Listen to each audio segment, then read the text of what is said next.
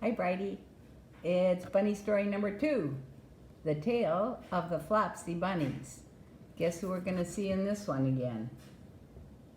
Who's that old guy?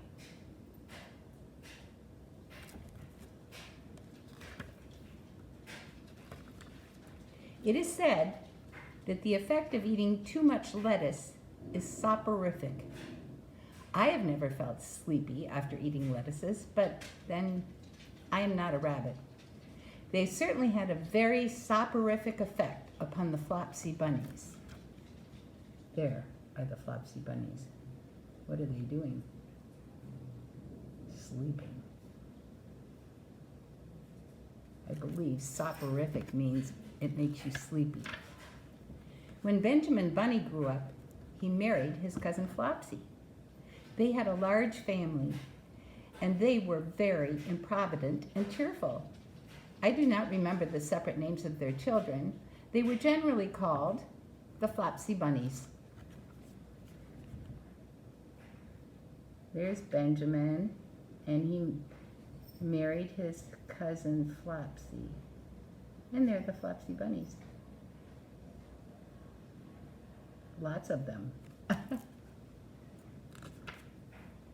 As there was not always quite enough to eat, Benjamin used to borrow cabbages from Flopsy's brother, Peter Rabbit, who kept a nursery garden.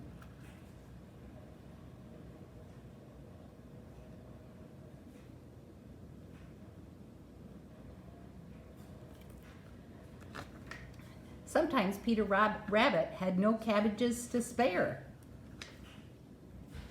They're all gone. No cabbages. When this happened, the Flopsy Bunnies went across the field to a rubbish heap in the ditch outside Mr. McGregor's garden.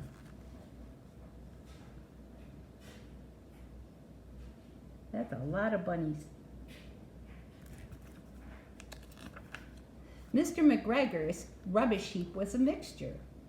There were jam pots and paper bags and mountains of chopped grass from the mowing machine, which always tasted oily, and some rotten vegetable marrows and an old boot or two. And I must tell you at this point that a marrow is a squash. That's what English people call squash. So it says a couple of rotten vegetable marrows, which are squash, and an old boot or two. One day, oh joy, there were a quantity of overgrown lettuces which had shot into flower. And when you grow lettuces in a garden, your dad will tell you that if they go to flower, they don't taste very good anymore. But I guess to the bunnies, they must taste okay. The Flopsy Bunny simply stuffed lettuces. By degrees, one after another, they were overcome with slumber and lay down in the mown grass. Benjamin was not so much overcome as his children. Before going to sleep, he was sufficiently wide awake to put a paper bag over his head to keep off the flies.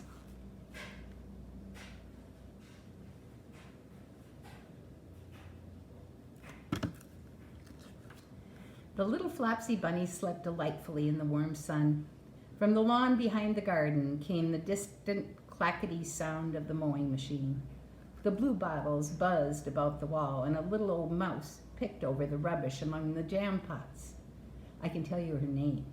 She was called Thomasina Tittlemouse, a wood mouse with a long tail.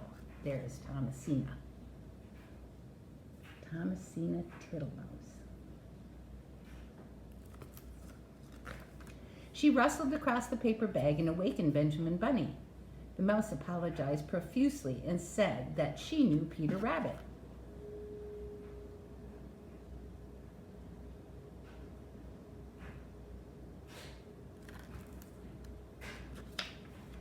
While she and Benjamin were talking close under the wall, they heard a heavy tread above their heads.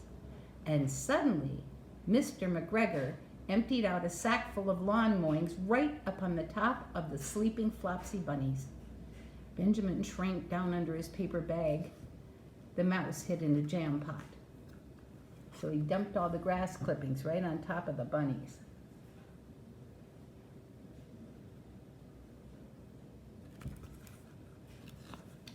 The little rabbits smiled sweetly in their sleep under the shower of grass. They did not awake because the lettuces had been so soporific. They dreamt that their mother Flopsy was tucking them up in a hay bed. Mr. McGregor looked down after emptying his sack. He saw some funny little brown tips of ears sticking up through the lawn mowings. He stared at them for some time.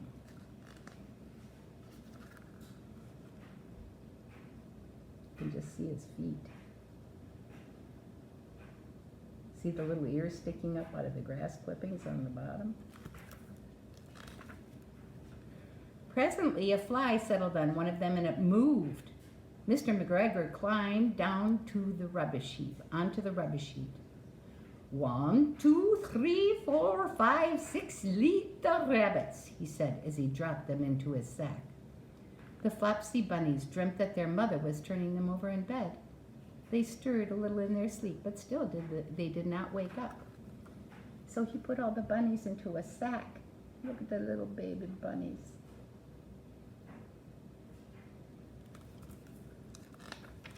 Mr. McGregor tied up the sack and left it on the wall. He went to put away the mowing machine.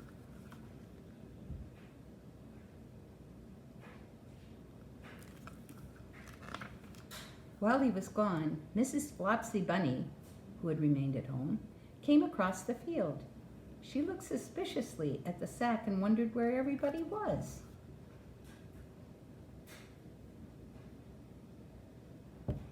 See the sack sitting up on top of the wall there? Then the mouse came out of her jam pot and Benjamin took the paper bag off his head and they told the doleful tale. Benjamin and Flopsy were in despair. They could not undo the string on the bag. But Mrs. Tittlemouse was a resourceful person. She nibbled a hole in the bottom corner of the sack.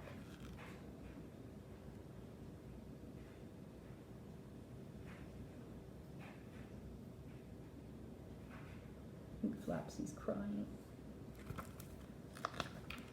The little rabbits were pulled out and pinched to wake them. Their parents stuffed the empty sack with 3 rotten vegetable marrows, an old blacking brush, and 2 decayed turnips.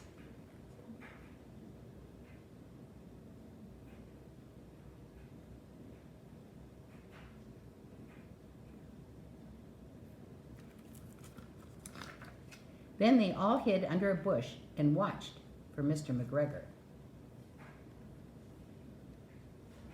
There they are hiding. Mr. McGregor came back and picked up the sack and carried it off. He carried it hanging down as if it were rather heavy. The Flopsy bunnies followed at a safe distance.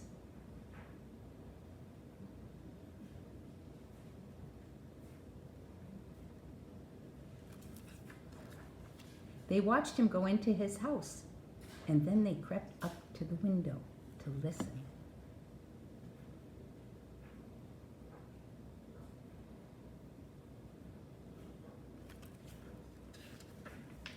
Mr. McGregor threw down the sack on the stone floor in a way that would have been extremely painful to the Flopsy bunnies if they had happened to have been inside it. They could hear him drag his chair on the flags and chuckle. 1, 2, 3, 4, 5, 6 little rabbits, said Mr. McGregor.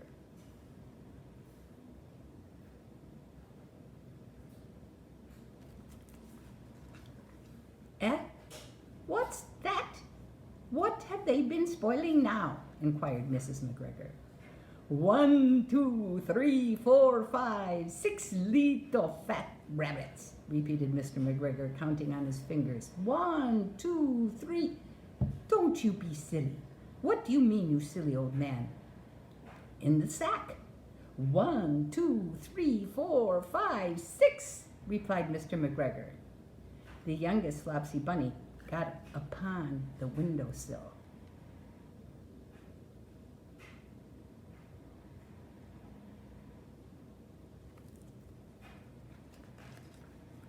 Mrs. McGregor took hold of the sack and felt it. She said she could feel 6, but they must be old rabbits because they were so hard and all different shapes. Not fit to eat, but the skins will do fine to line my old cloak. Line your old cloak, shouted Mr. McGregor. I shall sell them and buy myself baccy. Rabbit tobacco. I shall skin them and cut off their heads.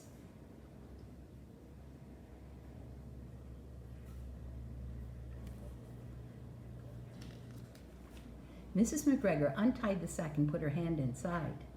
When she felt the vegetables, she became very, very angry. She said that Mr. McGregor had done it a purpose. That means he did it on purpose. That he was trying to play a joke on her.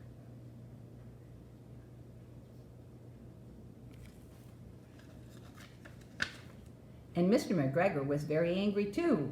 One of the rotten marrows came flying through the kitchen window and hit the youngest Flopsy bunny. It was rather hurt.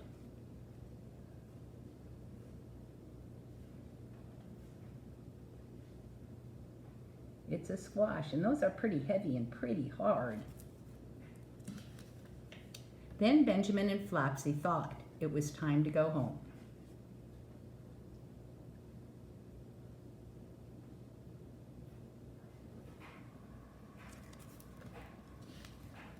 So Mr. McGregor did not get his tobacco, and Mrs. McGregor did not get her rabbit skins. But next Christmas, Thomasina Tittlemouse got a present of enough rabbit wool to make herself a cloak and a hood and a handsome muff and a pair of warm mittens. And there she is in her cape and her mittens made out of rabbit fur. She looks quite stylish. I love these little animals, don't you? Like little mice and little bunnies. And my favorite one, though, is Mrs. Tiggywinkle, because she's a hedgehog. Yep. We'll have to maybe read that one sometime soon. This is the end of the story for today. You got 2 for the price of 1. Tomorrow, I'll read you another one. I love you, honey. Bye-bye.